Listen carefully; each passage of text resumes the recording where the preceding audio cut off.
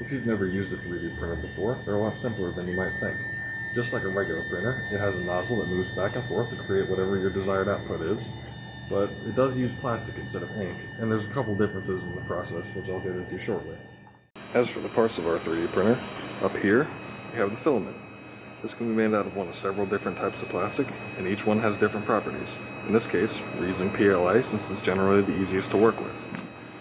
Down here, we have the extruder, which forces the plastic through that blue tube and out of this heated nozzle onto the bed. The bed's heated as well in order to help the plastic stick a little bit better. And over here, we have the main board. This controls the temperature for both the nozzle and the bed. In order to start 3D printing, you need two things first. One is the object you're going to use, and two is a special software called a slicer. Now for this example, we're using Cura and a 3D version of our library logo. Now what a slicer does is it takes your object and it cuts it into layers. Once your slicer is done processing the object, it'll show you exactly where plastic is going to be placed in order to print each layer of your model. It'll also give you a time estimate so you know around when it'll be done. In this case, it'll finish up in about an hour and 50 minutes. 2 hours later, we have our finished product. And make your own custom lamp just like this.